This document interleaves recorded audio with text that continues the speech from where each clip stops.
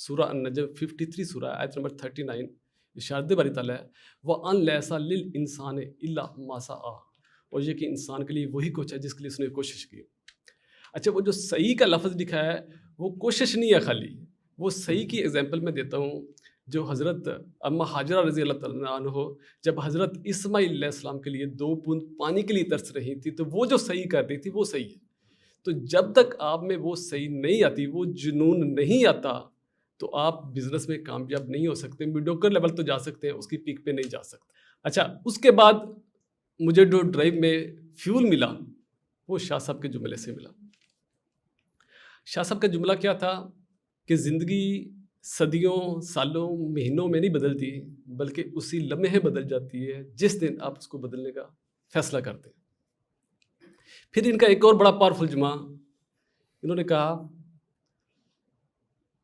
کہ زندگی بدلنے کے لیے آپ کو فقط ایک جملہ، ایک کتاب اور ایک استاد کافی ہے، لیکن اگر آپ اپنی زندگی کو خود ہی نہیں بدلنا چاہتے تو دنیا بھر کے استاد لے لیں، دنیا بھر کے جملے ہیں، دنیا بھر کی کتابیں ہیں، آپ کا بال بھی نہیں بکا کر سکتے۔ تو یہ ڈرائیو، اگر آپ میں ڈرائیو نہیں ہے تو آپ کامیاب بھی نہیں ہے۔ دوسرا ڈی وہ ڈائریکشن۔ ڈائریکشن ہمیشہ آپ کو استاد ہی دے گا۔ دنیا کے جتنے بھی کامیاب لوگ ہیں سب کے استاد ہیں، سب کے مینٹور ہیں، سب کے لائف کوچ ہیں۔ ہسٹری اٹھا کے دیکھیں تو استاد کے بغیر کامیابی ممکن ہی نہیں ہے۔ آپ کا استاد ہونا چاہیے اور آپ کی فیلڈ کا پریکٹیکل بندہ ہونا چاہیے۔ جس فیلڈ میں بھی آپ استاد لے رہے ہیں اس فیلڈ کا پریکٹیکل بندہ ہے۔ تیسرا ڈی ہے ڈسپلن۔ محمد علی باکسر کو آپ جانتے ہوئیں گے، جب سونی لسٹن کے ساتھ اس کا کمپٹیشن ہوا، جب وہ ڈیتھ وار ہو رہی تھی، کمپٹیشن سے ون کیا تو کمپٹیشن 1 منٹ میں ہی ختم ہو گیا اور اس کو $56 ملین انعام ملا۔ تو صحافی نے کویشچن کیا محمد علی آپ کو کیسا لگا کہ $56 ملین آپ نے 1 منٹ میں انعام حاصل کیا ہے؟ تو محمد علی نے کہا اپنی اسٹیٹمنٹ کو آپ کریکٹ کریں۔